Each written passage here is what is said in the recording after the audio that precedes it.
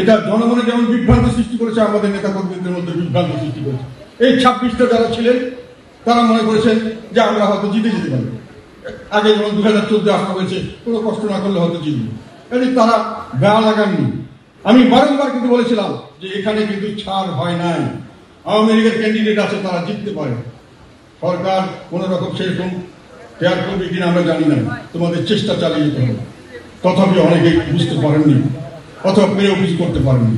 আর second ছিল যে বাইরে প্রচারণা হয়েছে, দল বিক্রি হয়ে গেছে, কাদের সাথে 200 কোটি টাকা পেয়ে গেছেন, 300 কোটি। কাজে আমাদেরকে টাকা, আমাদের তো জিতার কোনো সম্ভাবনা নাই, যেহেতু 26টা আসনের মধ্যে আমরা পাইনি।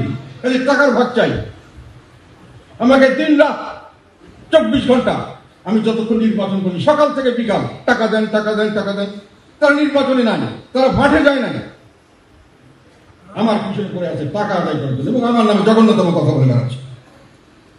এটা আমাকে শুনতে হয়েছে, সেজন্য বললাম আমি কে করেছেন না করেছেন জানি না, ব্যাপকভাবে এগুলি করা হয়েছে। যাই হোক, নির্বাচন যখন হয়ে গেল, নির্বাচন কি হয়েছে, কেমন করে হয়েছে, এগুলো আপনারা সবাই দেখেছেন। আপনাদের থেকে নিয়ে আমি কথা বলেছিলাম, নির্বাচন 3 প্রকার হয়েছে। একটি অবাধ, সুষ্ঠু, নিরপেক্ষ নির্বাচন, তবে অংশগ্রহণমূলক হয়নি 2-1টি সিটে, সেটা সরকারি ইচ্ছা হয়েছে। একটি নির্বাচনে তো ফ্রি স্টাইল, অস্ত্র এবং অর্থ দিয়ে যে যেভাবে পেরেছে, সেখানে প্রশাসন থেকে শুরু করে সমস্ত মানুষকে কিনে যারা জিততে পেরেছে তারাই জিতেছে।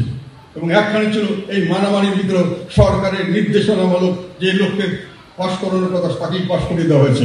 এই 3 ধরনের নির্বাচন হয়েছে।